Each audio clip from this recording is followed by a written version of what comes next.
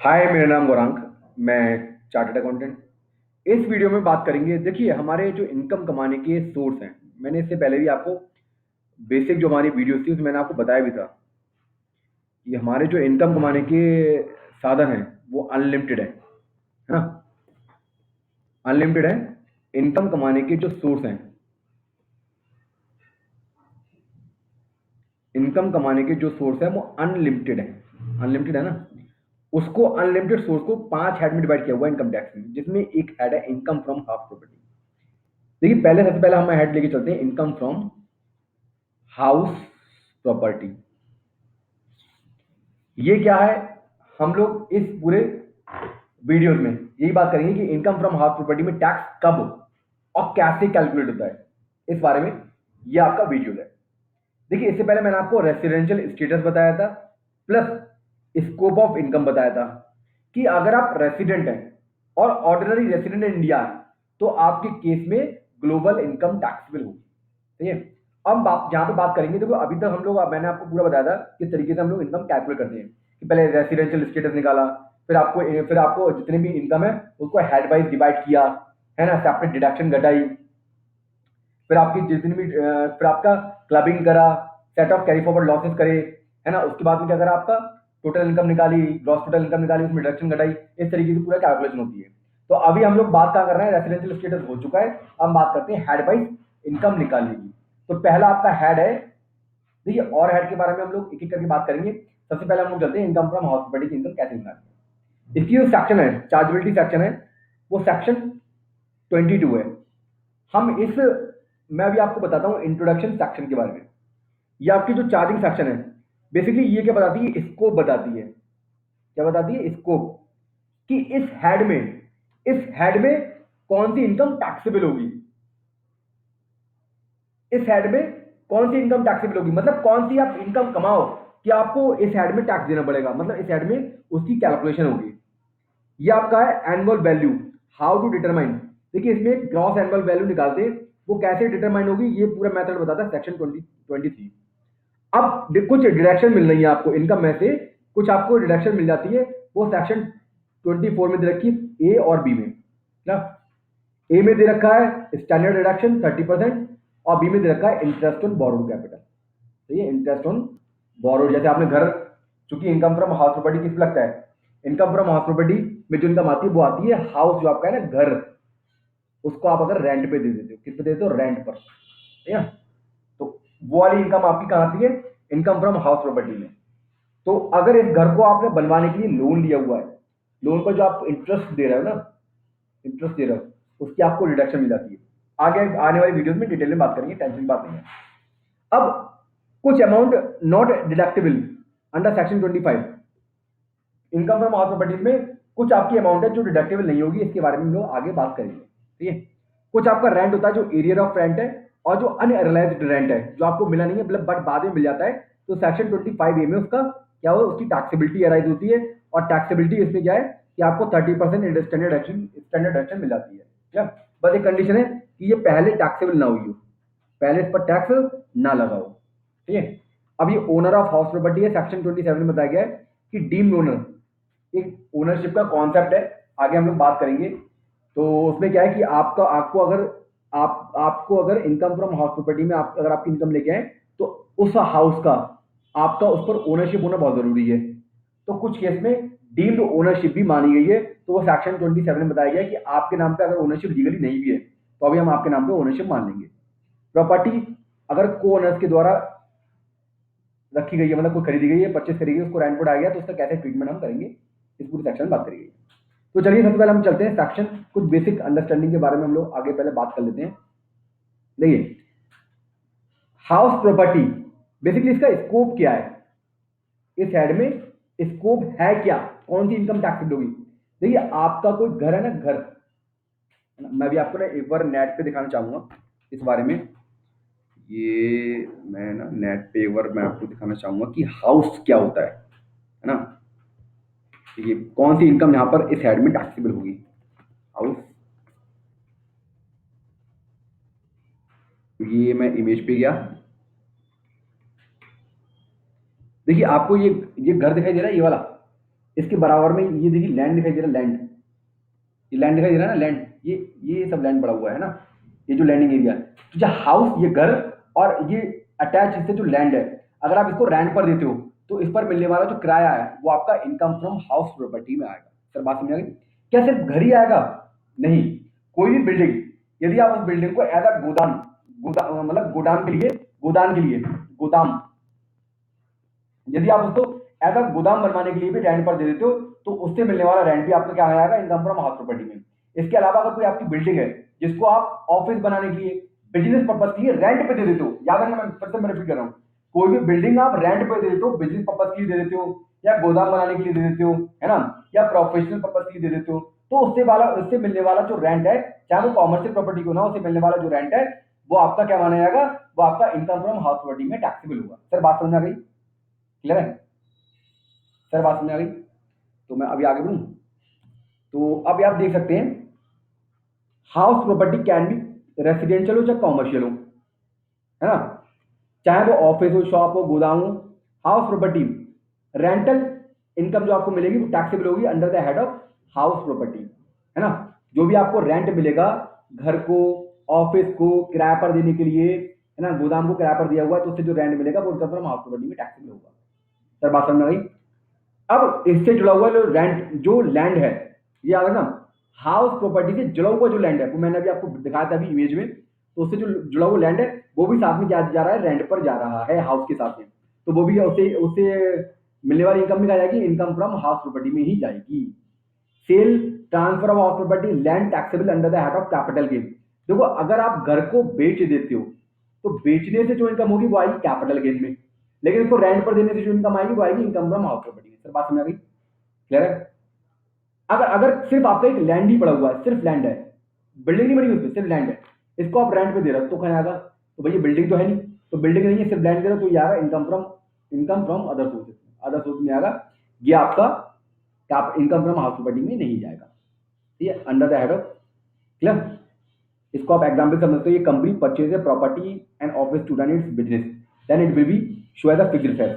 देखो, अगर आप कोई भी बिल्डिंग है ना, बिल्डिंग है ना, या हाउस, कोई बिल्डिंग, इसको आप अपने बिजनेस पर्पज के यूज कर रहे हो, अपने बिजनेस पर्पज के, तो अगर आप अपने बिजनेस पर्पज के लिए यूज कर रहे हो तो ये इनकम फ्रॉम हाउस प्रॉपर्टी में नहीं आएगा, ये तो भैया आपको बिजनेस बिजनेस इनकम में आएगा, क्योंकि वो आपको क्योंकि वो आपको प्रॉफिट कमा के दे रहा है। सर बात समझ आ गई? क्लियर? तो ये जो बिजनेस से आपको प्रॉफिट हो रहा है वो भैया इनकम फ्रॉम बिजनेस में आएगा, वो इनकम फ्रॉम हाउस प्रॉपर्टी में नहीं आएगा। इसी तरीके से अगर आपकी बिल्डिंग है, उसको आप अपने बिजनेस पर्पज के लिए यूज कर रहे हो, तो फिर वो किस में आएगा, वो इनकम फ्रॉम हाउस प्रॉपर्टी में नहीं आएगा, वो बिजनेस इनकम में टैक्सेबल होगा। कैसे होगा?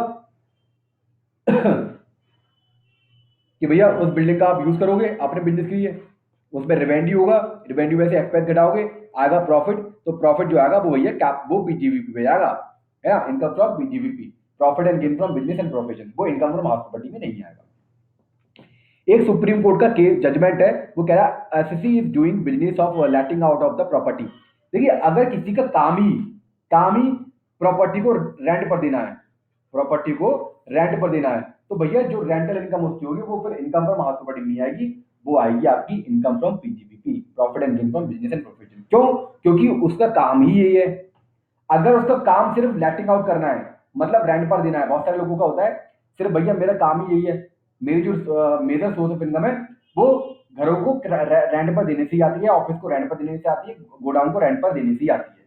तो भैया अगर इस टाइप की इनकम है तो भैया ये इनकम आपकी इनकम फ्रॉम हाउस प्रॉपर्टी में नहीं आएगी, इनकम फ्रॉम पीजीबीपी में जाएगी। सर बात समझ आ गई?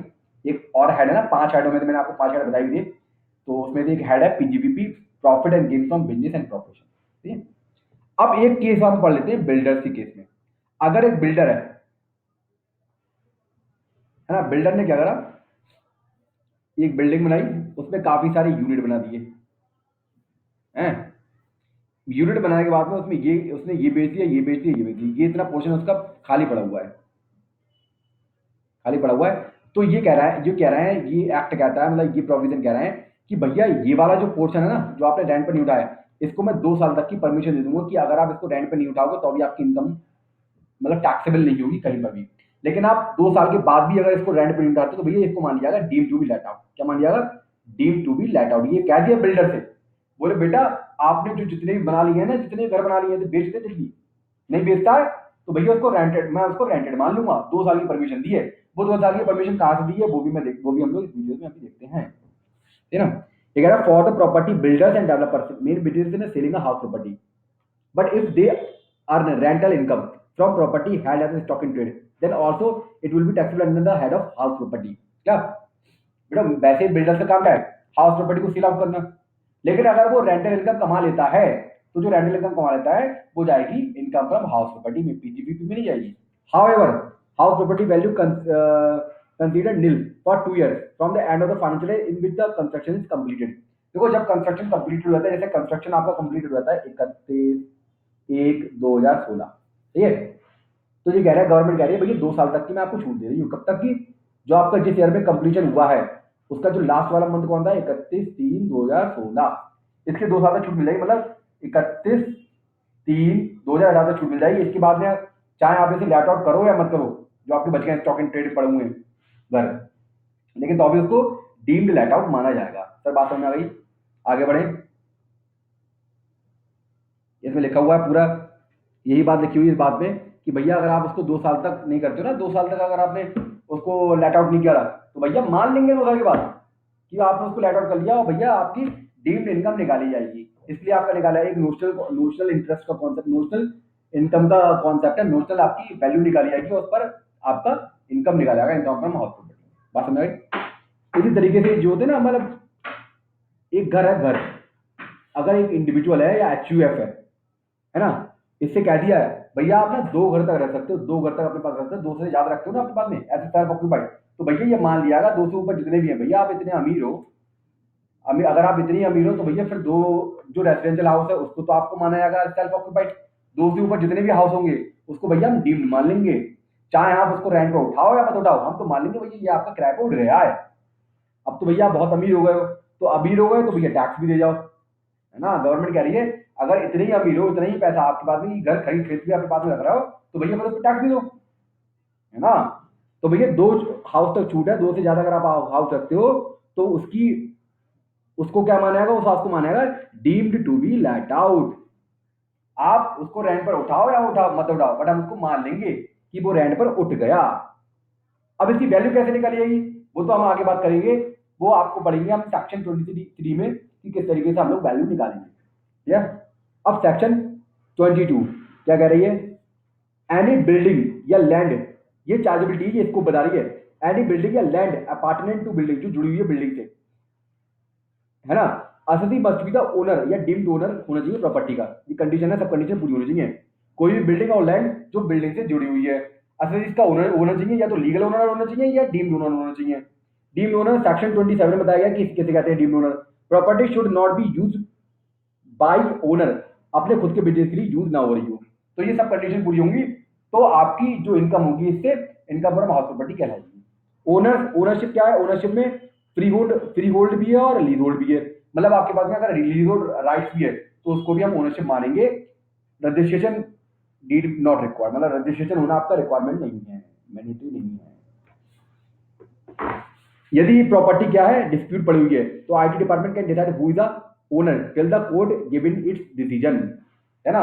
जब तक प्रॉपर्टी क्या पड़ी हुई है, डिस्प्यूट पड़ी हुई है, तो इनकम टैक्स डिपार्टमेंट ने वो डिसाइड कर सकता है कि किसको हम इस प्रॉपर्टी का ओनर मानेंगे, ठीक है।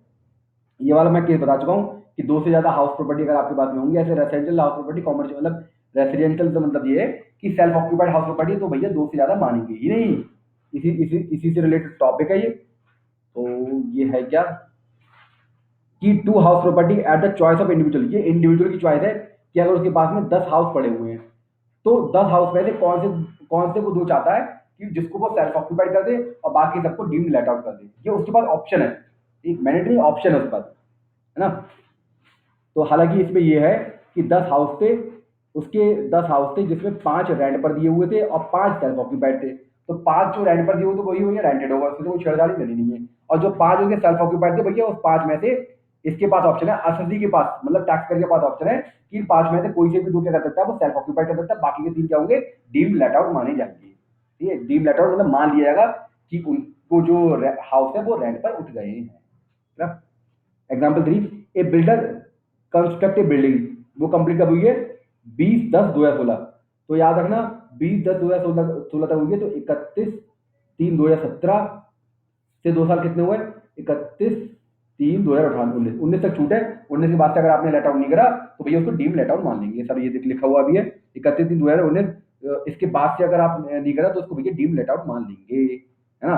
तो 19-20 में क्या होगा? ये टैक्सेबल हो जाएगा, इसको डीम लेट आउट मानेंगे, इसकी एनुअल वैल्यू निकाल लेंगे, है ना।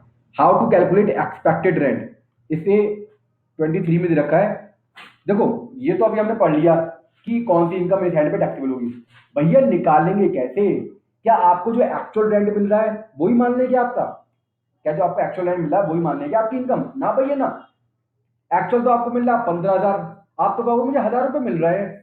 तो गवर्नमेंट भी बेवकूफ थोड़ी नहीं है। हाँ, गवर्नमेंट बेवकूफ नहीं है। गवर्नमेंट ने कह दिया भैया पहले निकालेंगे हम आपका एक्सपेक्टेड रेंट कि कितना होना चाहिए और आपको कितना मिला। उन दोनों में जो ज्यादा होगा ना उसको मानेंगे हम, आपकी क्या मानेंगे? उसको हम लोग कहते हैं ग्रॉस एनुअल वैल्यू। ये दे रखा है सेक्शन 23 में, कैलकुलेशन दे रखी है किस तरीके से हम लोग ग्रॉस एनुअल वैल्यू निकालते हैं। सर गवर्नमेंट बेवकूफ नहीं है। एक्सपेक्टेड रेंट का मतलब क्या है? सर एक्सपेक्टेड रेंट का मतलब है जो म्युनिसिपैलिटी वैल्यू दे रखी है, ये पूरे बिल्डिंग की नहीं है हमेशा की, ये सिर्फ 1 साल की है। 1 साल की है, वो भी सिर्फ और सिर्फ म्युनिसिपैलिटी टैक्स पे करने के लिए एक वैल्यू निकाली गई है, म्युनिसिपैलिटी टैक्स पे करने के लिए 1 साल के लिए। तो जो म्युनिसिपल वैल्यू है वो उस प्रॉपर्टी की, और जो फेयर रेंट है, फेयर रेंट होता है ना कि आसपास का जो आपकी जो बिल्डिंग है ना, आसपास का जो एरिया है, वो ऐसी बिल्डिंग कितने में उठी हुई है, वो वाली वैल्यू, है ना। म्युनिसिपल वैल्यू और फेयर वैल्यू इन दोनों में क्या है? हायर। और गवर्नमेंट ने कह दिया भैया हायर अप टू एक रेस्ट्रिक्शन लगा दी, स्टैंडर्ड रेंट। स्टैंडर्ड रेंट तक उन्होंने एक फिक्स लगा दी। स्टैंडर्ड रेंट वो रेंट होता है जिसे सुप्रीम कोर्ट अलाउड नहीं करता कि इससे ज्यादा हम अलाउड नहीं करते कि ओनर वो वसूल कर पाए, है ना। जो म्युनिसिपैलिटी वैल्यू, उसका मतलब क्या है? Value determined by the municipality authority to levy house tax, है ना।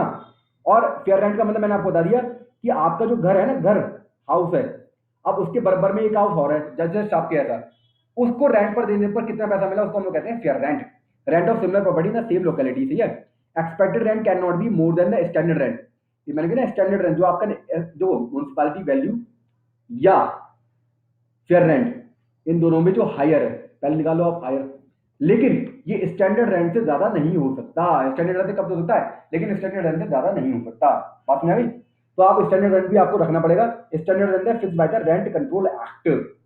गवर्नमेंट कहती है, जो जो आपकी क्या कहते हैं, सुप्रीम कोर्ट कहता है या कोर्ट ऑफ लॉ कहता है कि भैया हम इससे ज्यादा ओनर को मानेंगे नहीं कि ओनर इससे ज्यादा रेंट वसूल करे, है ना। तो उसको हम कहते हैं स्टैंडर्ड रेंट, कि इससे ज्यादा वसूली ओनर लीगली वसूली नहीं कर पाएगा। वैसे वसूल कर रहा कोई दिक्कत नहीं है, लेकिन लीगली वो वसूली कर पाएगा। How to calculate gross annual value, इसमें दे रखा है कि ग्रॉस एनुअल वैल्यू कैसे निकालोगे। तो ग्रॉस एनुअल वैल्यू को निकालने के लिए भैया आपको प्रॉपर्टी की क्या चाहिए? म्युनिसिपैलिटी वैल्यू चाहिए, एक्सपेक्टेड म्युनिसिपैलिटी वैल्यू चाहिए, फेयर वैल्यू चाहिए, स्टैंडर्ड वैल्यू चाहिए, है ना, और एक्चुअल रेंट चाहिए। आप इन चारों फिगर होंगी तभी तो आप निकाल पाओगे, है ना। तो मैं आपको नीचे दिखाता हूँ। सबसे पहले ग्रॉस एनुअल वैल्यू, अगर आप सेल्फ ऑक्यूपाइड हाउस प्रॉपर्टी है, मतलब एक ऐसा घर है आपका, वो सिर्फ आप उसको खुद के रहने के लिए यूज कर रहे हो, तो भैया खुद के रहने के लिए यूज कर रहे हो, तो भैया इसकी जो जीएबी होगी वो तो नील होगी। जीएबी थोड़ी नहीं होगी, पर तो वो नील होगी ना भैया। अगर सेल्फ ऑक्यूपाइड हाउस प्रॉपर्टी है तो उसकी जीएबी नील होगी। और म्युनिसिपैलिटी टैक्स, ये याद रखना, म्युनिसिपल जो टैक्स है वो पेड बाय द ओनर, वो किसी भी ईयर का हो उससे कोई मतलब नहीं है, लेकिन पेड होना चाहिए प्रीवियस ईयर में। अगर पेड है किसी भी ईयर का हो उससे कोई मतलब नहीं है, अगर पेड कर दिया तो उसकी डिडक्शन आपको मिल जाएगी। हालांकि इसी केस में जीरो है तो म्युनिसिपैलिटी टैक्स घटाओ, वो भी उससे कोई मतलब नहीं है भैया, वैल्यू ऊपर ही जीरो है तो ये घटाने से नेगेटिव फिगर नहीं आएगी भाई। इसकी वजह से म्युनिसिपैलिटी टैक्स जो आपने पे करा हुआ उसकी वजह से आपको लॉस नहीं हो सकता, ठीक है। फिर इसके बाद में आ गई नेट एनुअल वैल्यू, वो भी नील होगी अगर अगर आपका रेसिडेंशियल हाउस प्रॉपर्टी है तो। 30% स्टैंडर्ड एक्शन घटाओ कैसे, जो भी ये भी जीरो है, जीरो को 30% जीरो हो गया।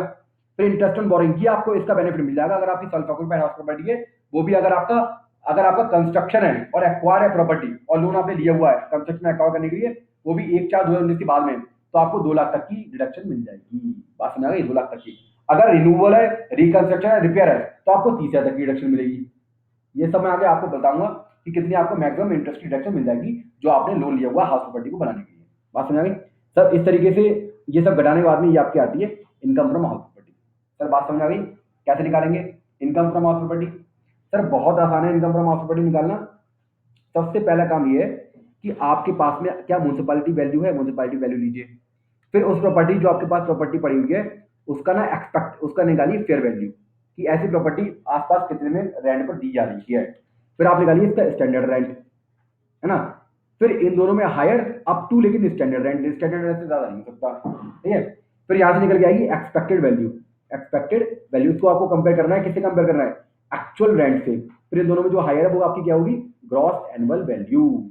और ग्रॉस एनुअल वैल्यू में से क्या घटेगा? सबसे पहले municipality tax less municipal tax. और याद रखना ये म्युनिसिपल टैक्स वाला घटेगा जो आपने पेड कर दिया, जो ओनर ने पेड कर दिया, ओनर ने पेड कर दिया किसी भी ईयर का हो, प्रीवियस ईयर में किसी भी ईयर का पेड कर दिया है तो वो आपको डिडक्शन मिल जाएगी। और फिर आएगी net annual value. Net annual value में से हम घटाएंगे पहले तो स्टैंडर्ड डिडक्शन 30% और साथ में इंटरेस्ट घटाएंगे। फिर जो वैल्यू आएगी उसको हम लोग कहते हैं income from house property. Sir बात समझ में आ गई? सर बात समझ में आ गई? क्लियर है? Actual expenditure on repair and maintenance नहीं मिलेगा। ये कह रहा है आपने कितनी भी रिपेयर करी हो कि मैंने यहाँ पे खर्चा कर दिया, मेरा जहाँ पे खर्चा होगा तो कुछ ना, कोई कुछ नहीं सुनेगा। सीधे सीधे फ्लैट रेट से 30% रिडक्शन आपको मिल जाएगी रेंट में से। आपने अगर 10% ही खर्च क्यों ना करा हो, लेकिन तो अभी आपको 30% का बेनिफिट आपको मिल जाएगा। तो बात समझ आ गई? क्लियर है?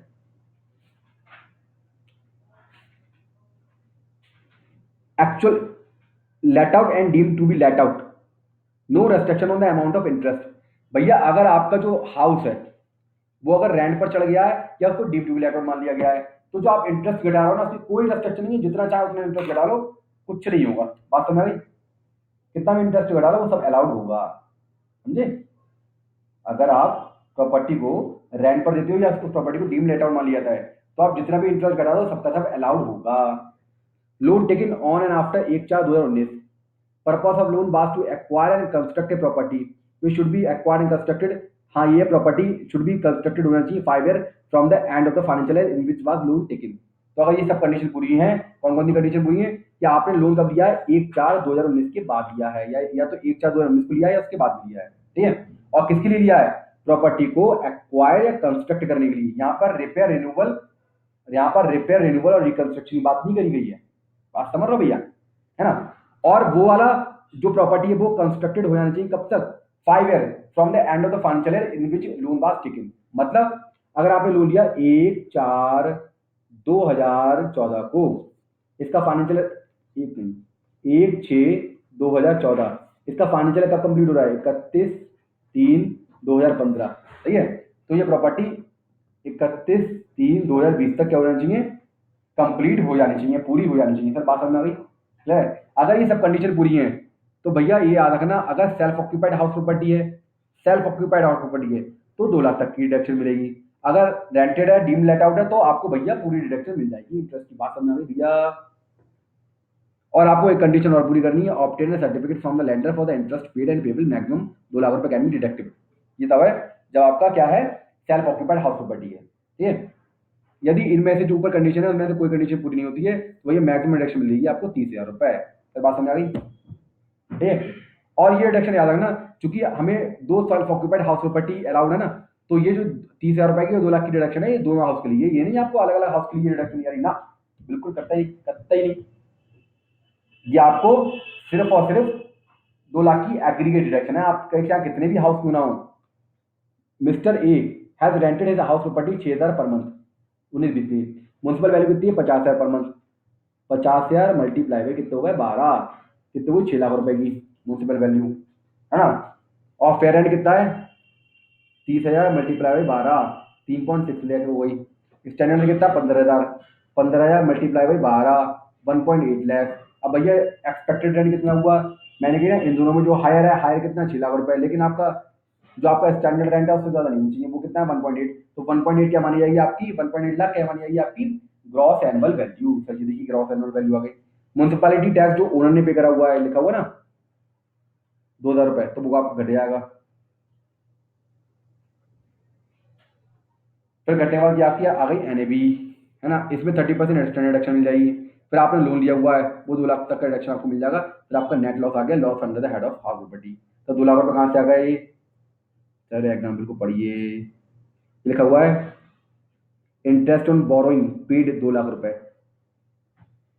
लिखा हुआ है ना 2 लाख रुपए, 2 लाख रुपए की आपको रिडक्शन यहाँ पर मिल जाएगी।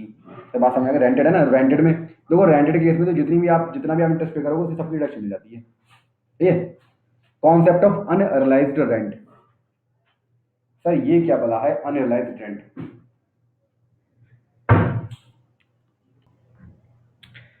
देखिए अब पढ़ते हैं हम लोग unrealised rent.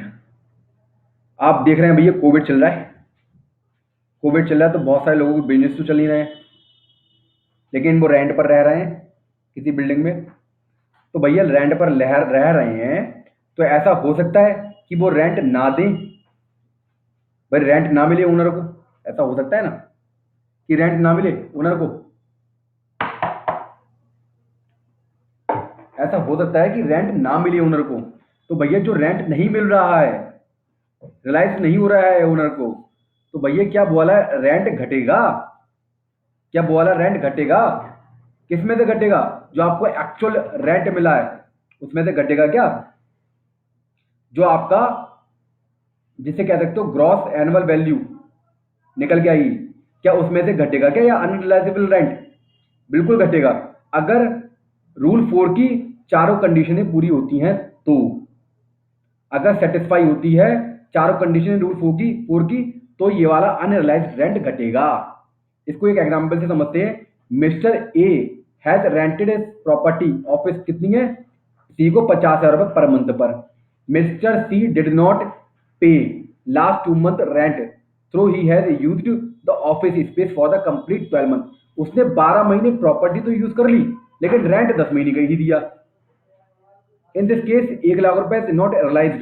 The same can be deducted from the actual rent receivable. वो कितना है 6 लाख, 6 लाख रुपए में से क्या घटेगा, only fourth condition is satisfied. तो actual rent would be 5 lakh for checking calculating GAV. तो जीएबी के लिए क्या माना जाएगा, 5 लाख रुपए रेंट माना जाएगा कैलकुलेशन के लिए, 6 लाख रुपए नहीं माना जाएगा। 1 लाख रुपए का बेनिफिट उसको मिल जाएगा, लेकिन ये चारों कंडीशनें पूरी होनी चाहिए। सर वो कंडीशन क्या है, कंडीशन ये है कि टेनेंसी शुड बी, जो टेनेंट है वो बोनाफाइड होना चाहिए, वो फेक नहीं होना चाहिए, फेक नहीं होना चाहिए, झूठा नहीं होना चाहिए, बोनाफाइड होना चाहिए। तो रहने वाला बंदा है, टेनेंसी है ना, टेनेंसी मतलब जो रेंट पे आपने दिया वो फेक नहीं होना चाहिए भैया। जो डिफॉल्टिंग टेनेंट है उसने वो वाला हाउस छोड़ दिया हो जिसमें वो रह रहा था, या फिर छोड़ने के लिए आपने काफी सारे स्टेप ले लिए हों, लीगल स्टेप, है ना। और जो डिफॉल्टिंग टेनेंट है should not be occupy any other property, जो आपकी खुद की हो। ये याद रखना, आपने उसे निकाल दिया, पता लगा निकाल के दूसरी जगह दे दिया आपने उसको रेंट अपनी अपने घर पे, तो भैया ऐसा नहीं होना चाहिए।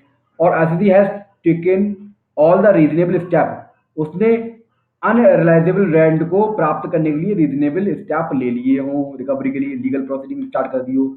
लेकिन अगर वो एओ को सेटिस्फाई कर देता है कि भैया अगर मैंने लीगल प्रोसीडिंग की तरफ बढ़ा तो मेरे खर्चे लीगल प्रोसीडिंग ज्यादा हो जाएंगे और रेंट मुझे कम मिलेगा, तो अगर सेटिस्फाई होता है, जो वाली कंडीशन सेटिस्फाई होती है, मतलब मान लेता है एओ, तो कोई दिक्कत नहीं, ये वाला पार्ट उसे नहीं करना है, क्लियर। लेकिन ये चारों कंडीशन पूरी होती है तभी वो अनरिलाइजेबल रेंट घटेगा, अदरवाइज नहीं घटेगा। सर बात समझ आ गई, सर बात समझ में आ गई क्या?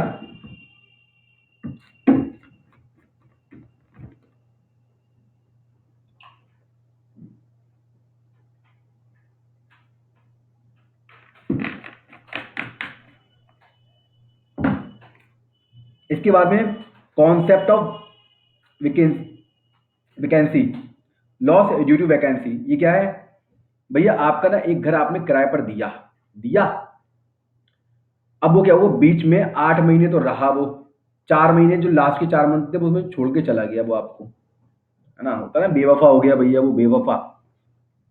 तो भैया जब कोई बेवफा हो जाता है तो उससे जो आपको लॉस होता है, क्या इस लॉस का मुझे बेनिफिट मिलेगा क्या, क्या मुझे इस लॉस का बेनिफिट मिलेगा या नहीं मिलेगा?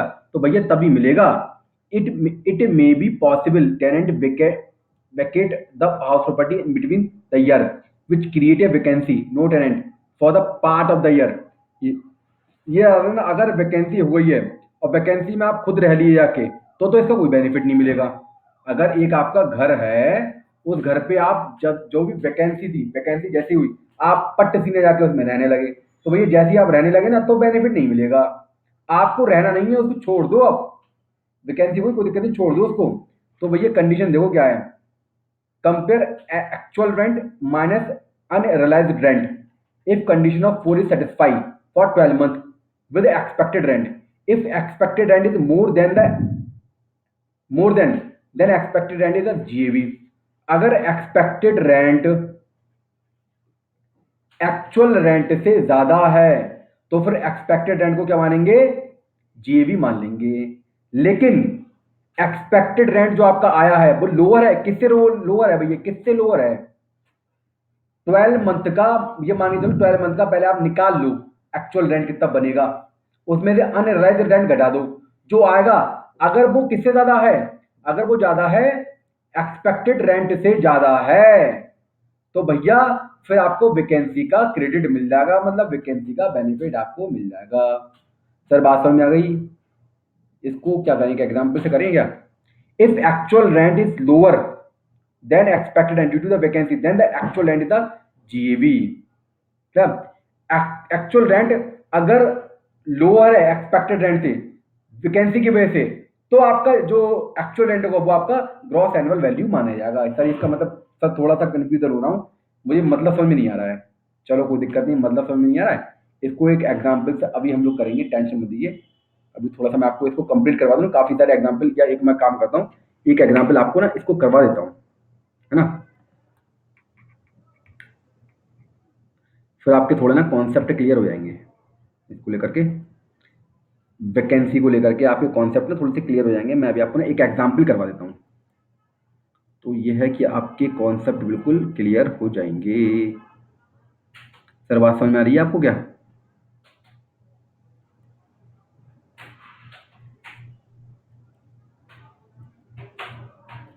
कोई दिक्कत नहीं, कोई तो मिलेगा। Computation of income from house property,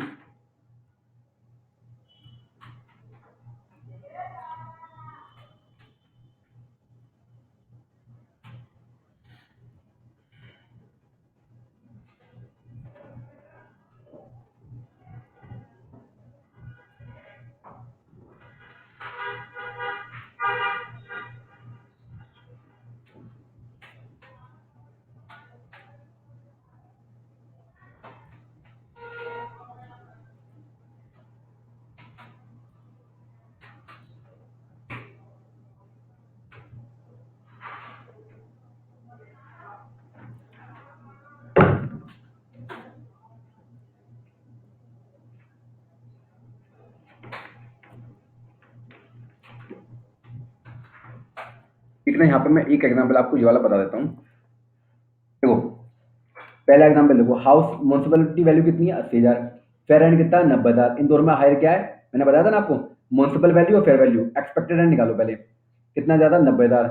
standard rent है नहीं, नॉट एप्लीकेबल, तो नंबर है क्या होगा आपका, एक्सपेक्टेड रेंट। ये आपका एक्सपेक्टेड रेंट निकालना है, एक्सपेक्टेड रेंट कितना होगा आपका, है ना। एक्सपेक्टेड रेंट निकालने के बाद में आपको एक्चुअल रेंट कितना मिला, 72,000 रुपए। तो एक्सपेक्टेड रेंट और एक्चुअल रेंट में कुछ ज्यादा क्या है, 90,000, तो 90,000 की क्या होगी, जीएबी, ग्रॉस एनुअल वैल्यू। अब दूसरा वाले एक एग्जाम्पल समझते हैं ना। ये मेरी एक आईसीआईसीआई की बुक है, आईसीएआई का स्टडी मटेरियल है, वहां से मैं आपको थोड़ा सा एग्जाम्पल पढ़ा रहा हूँ। सेकंड हाउस आपका, उसकी म्यूनसिपल वैल्यू कितनी, 55,000 रुपए, फेयर रेंट कितना है, 60,000 रुपए। तो दोनों में ज्यादा क्या है, 60,000 रुपए। और स्टैंडर्ड रेंट कितना है, 75,000 रुपए। तो चूंकि स्टैंडर्ड रेंट ज्यादा है, तो इसलिए इसके लिए इन दोनों में जो हायर होगा वो आपकी क्या मानी जाएगी, एक्सपेक्टेड रेंट माना जाएगा, जो आ गया 60,000 रुपए निकल गए। इसको आपको किससे कंपेरिजन करना है, एक्चुअल रेंट से। तो एक्चुअल रेंट कितना, 72,000 रुपए। तो आपका क्या होगा, 72,000 रुपए आपका जीएवी हो जाएगा, है ना। अब नीचे देखो एग्जाम्पल रखा है, where the let out property vacant for part of the year, है ना। तो अब इसको देखते हैं किस तरीके से, इसका भी एक एग्जाम्पल दे रखा होगा, क्योंकि मैंने उस एग्जाम्पल को कराने के लिए ही इसको ओपन किया हुआ था, ठीक है। तो मैं इसको अभी आपको करवा के रहूंगा ये वाला एग्जाम्पल।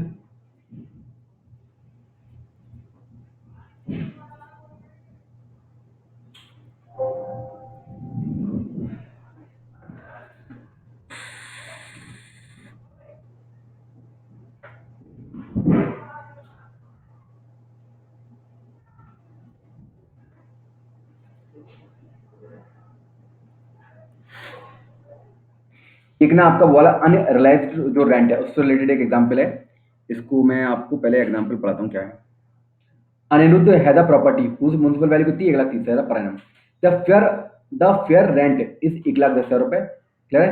म्युनिसिपल वैल्यू कितनी है? 1,30,000 रुपए। फेयर रेंट कितना है? 1,10,000 रुपए। इन दोनों में हायर क्या है? 1,30,000 रुपए। स्टैंडर्ड रेंट कितना है? 120। तो आपका 120 से क्या होगा? एक्सपेक्टेड रेंट हो जाएगा इन दोनों में हायर और अप टू 120। तो 120 आपका क्या होगा? Expected rent.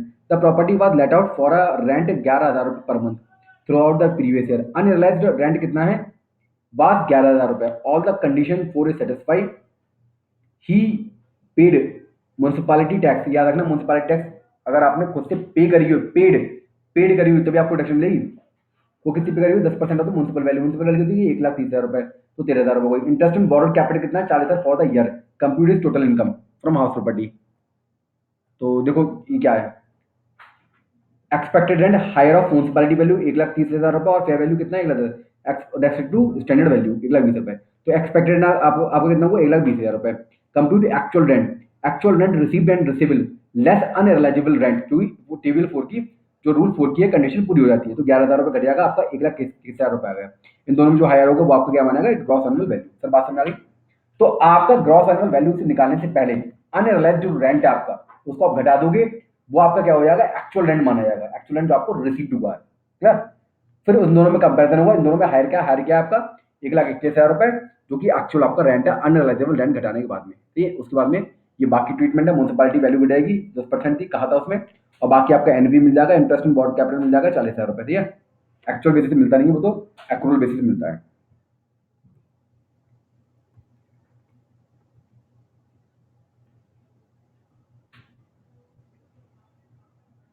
अब ये वाला एग्जाम्पल पढ़ो आप। ये वाला है, अगर आपकी प्रॉपर्टी वैकेंसी में चली गई है ना, कुछ कुछ महीने जैसे खाली रही है आपकी प्रॉपर्टी, है ना, मतलब कोई था ही नहीं, उसमें रुका ही नहीं था। पहले ये याद रखना, अगर आपको वैकेंसी का बेनिफिट लेना है तो आपका रुकना जरूरी नहीं है। आप मतलब एक भी दिन मत रुक जाना। अगर आप एक भी दिन रुक गए ना, तो फिर भैया वो बेनिफिट ना मिलेगा फिर। आप समझ लो भैया। Ganesh has a property whose municipality value कितनी है? 2,50,000 रुपए। द फेयर रेंट इज 2,00,000 रुपए पर एनम। स्टैंडर्ड रेंट कितना है? Fixed by the rent control act कितना है? 2,10,000 रुपए। तो इन दोनों में हायर क्या है? 2,50,000 रुपए, 2,10,000 रुपए। 2,10,000 रुपए क्या हो गया? आपका एक्सपेक्टेड रेंट। तो property was let out for a rent 20,000 per month. 20,000 per month multiply by कितना? 2,40,000 रुपए। However the tenant vacated the house property 31/1 2021, मतलब 2 महीने वो खाली रही प्रॉपर्टी। अनलाइज रेंट कितना है? 20,000 रुपए। All the condition prescribe by the 4 are satisfied. तो भैया 20,000 पहले घटा दो, है ना। पहले लिखा लो एक्सपेक्टेड रेंट, मैंने आपको बताया 2,10,000 आएगा एक्सपेक्टेड रेंट। अब आपका 2,00,000 में से 2,00,000 में से जो आपका एक्चुअल रेंट रिसीवेबल था उसमें से 20,000 रुपए रिसीव रिसीवेबल था, उसमें से 20,000 रुपए जो आपका स्टैंडर्ड जो आपका अनलाइज रेंट है उसको घटा दिया मैंने। आ गया 1,80,000 रुपए। क्या? अब कंपेयर करो इन दोनों में ज्यादा क्या है? इन दोनों में ज्यादा आपका क्या है? एक्सपेक्टेड रेंट ज्यादा है। Compare expected and actual rent received and receivable. In this case, the actual rent of 1,80,000 lower than the expected rent. Going to vacancy, since had the property had not vacated, the actual rent would have been 2,20,000 रुपए, being notional rent for the February and March. Therefore, the actual rent is GAV. Actual rent GAV होगा।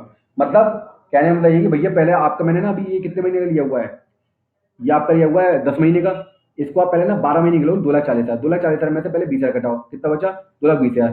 2,20,000 चूंकि expected rent से ज्यादा है, इसलिए आपका जो vacancy है, वैकेंसी की वजह से आपका वैकेंसी का बेनिफिट आपको मिल जाएगा। ठीक है? तो आपके वो 40,000 रुपए घट जाएंगे। अब आपका जो आपकी जीएबी क्या आएगी? जो आपकी एक्चुअल रेंट रिसीव हुआ है वो आपकी जीएबी मानी जाएगी। सर इस चीज को समझने की कोशिश करो, देखो कैसे समझोगे।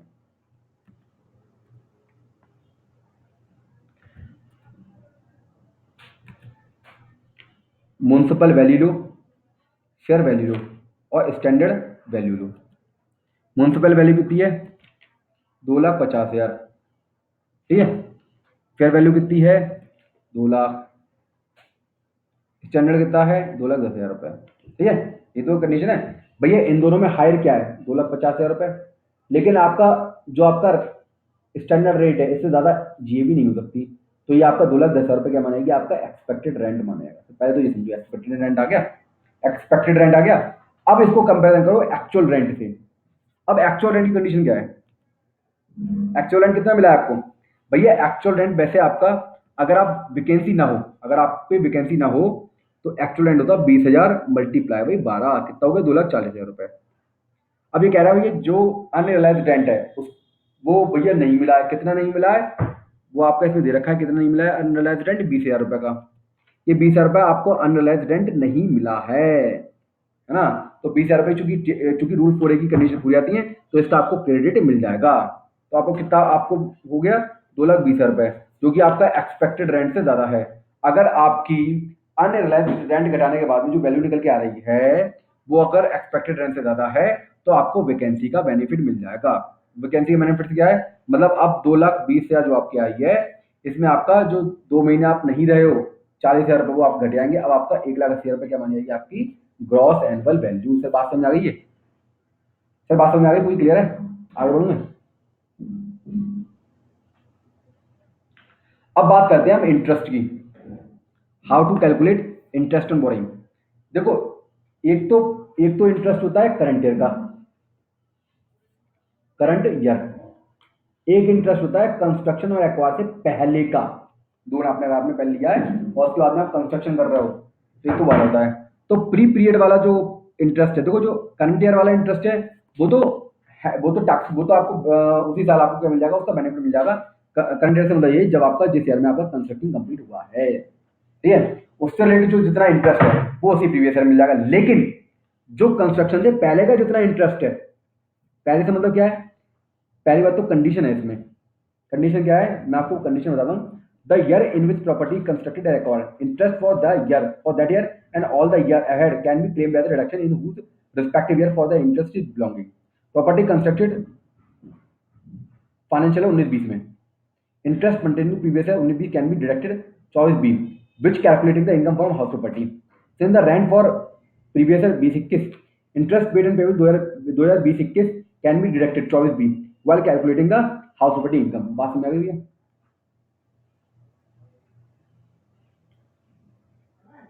Which amount interest is paid and payable in the year before construction is complete।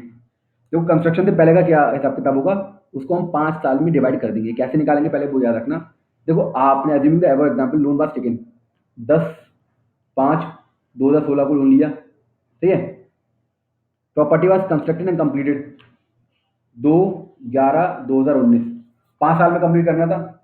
ये 5 साल से पहले कंप्लीट होगी। 5 साल कौन से होंगे इसके, 2017 से 5 साल 2022 तक कंप्लीट करना था। उससे पहले आपका हो चुका है कंप्लीट, कब हो चुका है 2/11/2019 को। तो भैया जो 19-20 का इंटरेस्ट होगा, 19-20 का जो इंटरेस्ट होगा वो तो आपको इसी साल मिल जाएगा। और जो पुराना वाला जो इंटरेस्ट है ना, मतलब 31/3/2018 तक का जितना भी इंटरेस्ट है, उसकी रिडक्शन आपको, उसकी रिडक्शन कैसे मिलेगी आपको, जितना भी इंटरेस्ट कैलकुलेट होकर आएगा शुरू से लेकर तक इस डेट तक, उसको डिवाइड कर देंगे 5 से, आपको 5 साल की लगातार रिडक्शन मिल जाएगी। इस तरीके से आप बेनिफिट ले पाओगे। इंटरेस्ट जो आपने पेड करा है किससे पहले, कंस्ट्रक्शन कंप्लीट हो जाने से पहले, जिसे हम कहते हैं प्री कंस्ट्रक्शन पीरियड। तो बात समझ आ गई? इस एग्जाम्पल को अगर आप समझोगे तो आपको प्रॉपर तरीके से समझ में आ जाएगा, ये आपको मिल जाएगा, ठीक है। अब वहां पे इंपॉर्टेंट पॉइंट है, it is possible to take new loan to repay old loan. तो भैया जो इंटरेस्ट होगा उसकी रिडक्शन आपको मिल जाएगी। जैसे आपने लोन दिया है ना, पुराने लोन की किस्त आ गई है, आप किस्त नहीं दे पा रहे हो, आपने दोबारा कहीं से लोन उठाया, उसकी किस्त का पेमेंट कर दिया, तो भैया जो इंटरेस्ट की अमाउंट है जो आपने सेकेंडरी लोन लिया हुआ है उसकी रिडक्शन आपको मिल जाएगी।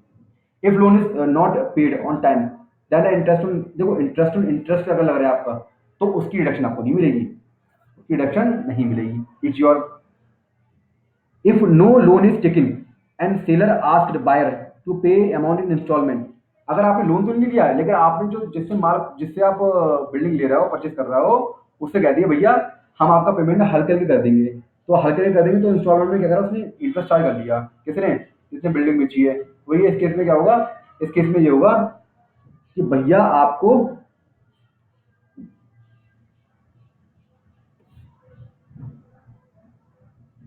If no loan is taken, तो आपको इंटरेस्ट का जो आपको इंटरेस्ट में लॉस हो रहा है, जो आप ओनर को पे करोगे उसका आपको बेनिफिट मिल जाएगा, मतलब उसका आपको बेनिफिट मिल जाएगा, मतलब उसकी डिडक्शन आप ले सकोगे। सर बात समझ में आ गई? क्लियर? बात समझ में आ गई सर जहाँ तक? अब कंपोजिट रेंट पढ़ेंगे हम लोग। तो अब बात करते हैं हम कंपोजिट रेंट। ये कंपोजिट रेंट क्या है, क्या भला है ये कंपोजिट रेंट? देखो, आपने आपकी बिल्डिंग है, कोई दिक्कत नहीं, आपने बिल्डिंग तो दे दी रात में, तो आपने काफी सारी फैसिलिटी दे दी है। तो भैया अगर काफी सारी फैसिलिटी आप दे रहे हो, तो आपको अगर ये दोनों मिला के रेंट मिल रहा है,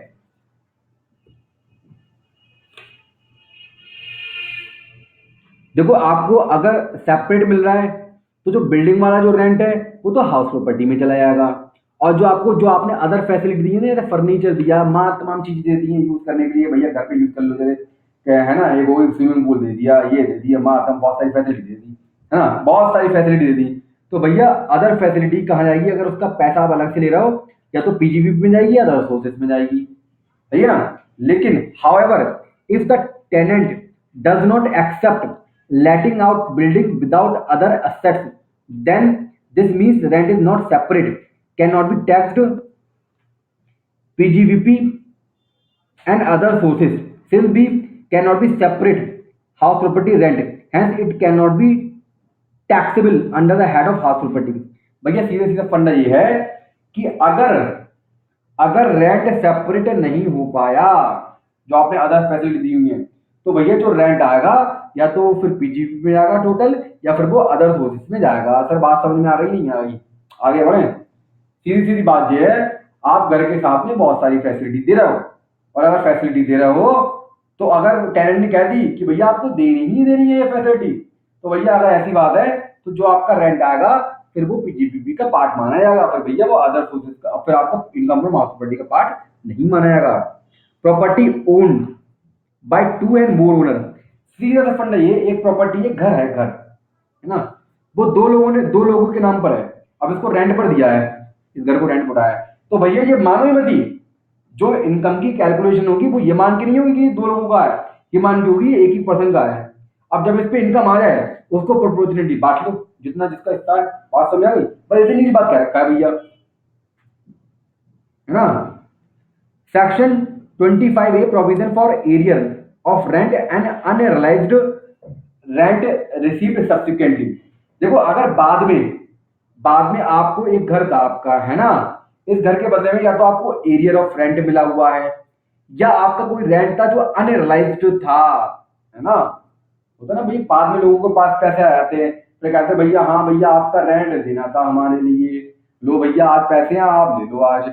तो भैया जब जिस ईयर में आपको रेंट मिलेगा, रिसीव होगा, उस ईयर में आपको रेंट वो आपका टैक्सेबल हो जाएगा, इनकम फ्रॉम हाउस प्रॉपर्टी का पार्ट माना जाएगा। और आपके पास में वो वाला घर हो या ना हो, तो अभी आपका वो वाला part income from house property माना जाएगा, और लेस उसमें 30% आपको स्टैंडर्ड एक्शन मिल जाएगी। सर बात समझ आ गई? 25 यही कहता है। सर बात समझ आ गई? कोई दिक्कत कोई परेशानी? पढ़ते हैं थे। If arrear and unrealised rent receive then the taxability in the year of received 30% of standard action allowed. 5 lakh का रिसीव हुआ है, एरियर इन प्रीवियस है 19-20, तो 30% स्टैंडर्ड डिडक्शन मिल जाएगी, 3.5 लाख रुपए आपका इनकम फ्रॉम हाउस प्रॉपर्टी मानी जाएगी, भले ही वो हाउस प्रॉपर्टी आपके पास में हो, आप उसके ओनर हो उस टाइम या ना हो, उससे कोई मतलब नहीं है। सर बात समझ आ गई? इफ लोन टेकिन बाहर से लिया है और interest on loan payable outside India, then TDS need to be deducted and paid.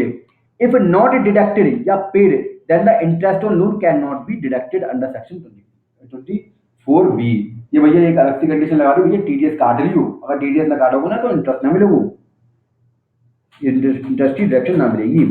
Section 27A, मानो या मत मानो, हम तो मान लेंगे ये प्रॉपर्टी आपकी है, तो भैया वो कौन कौन से केस हैं जिसमें मान लिया गवर्नमेंट ने हमारी प्रॉपर्टी है, क्योंकि भैया ओनरशिप होना जरूरी है ना। अगर आपकी इनकम हम इनकम फ्रॉम हाउस प्रॉपर्टी में ले जाएं, इसके लिए आपकी ओनरशिप होना बहुत जरूरी है। तो भैया कौन कौन सी चीजों पर जब जिसपे मान लिया गया है कि हम प्रॉपर्टी हमारी है, भले आपके नाम पर रजिस्टर्ड ना हो। जैसे आप हस्बैंड हैं, आपने एक घर अपनी बीवी के नाम पर ट्रांसफर कर दिया, उससे पैसे वैसे कुछ नहीं लिए, इनएडिक्वेट कंसिडरेशन, या तो पैसे लिए बहुत कम लिए या पैसे बिल्कुल लिए नहीं, समझे। और आपका कोई उससे सेपरेशन भी नहीं हुआ है, मतलब आपका डिवोर्स नहीं हुआ है, आप सेपरेट नहीं दे रहे हो, तो अभी आपने अनएडिक्वेट कंसिडरेशन में आपने प्रॉपर्टी को ट्रांसफर कर दी, तो भैया जो प्रॉपर्टी आपने ट्रांसफर करी है हस्बैंड साहब, तो वो प्रॉपर्टी आप ही की मानी जाएगी, मतलब डीम्ड मानी जाएगी, वो प्रॉपर्टी आप ही की है, वो प्रॉपर्टी वाइफ की नहीं है।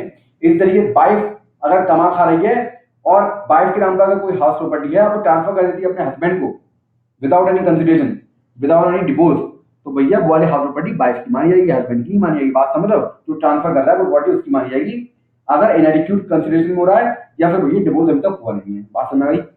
दूसरा केस, अगर आपके नाम पर कोई हाउस प्रॉपर्टी है अपने माइनर चार्ज को दे देते हो, उसे पैसा वैसा कुछ नहीं लेते या पैसा लेते हो बहुत कम लेते हो, है ना, तो ये वाली प्रॉपर्टी आपकी क्या मानेगी?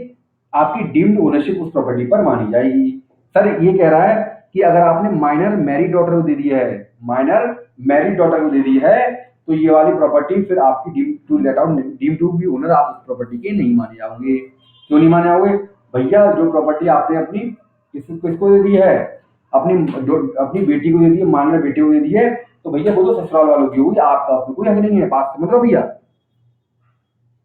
Holder of A in particular state, कुछ प्रॉपर्टी होती है जो कोर्ट में पड़ी होती है ना, जो कोर्ट में पड़ी होती है, जो डिसाइड होती है, उस टाइम कोर्ट जिसे कहते हैं कि आप इस प्रॉपर्टी के होल्डर हो, तो उस प्रॉपर्टी के होल्डर हो तो भैया आपके हैंड में इनकम टैक्सेबल होगी। ठीक है।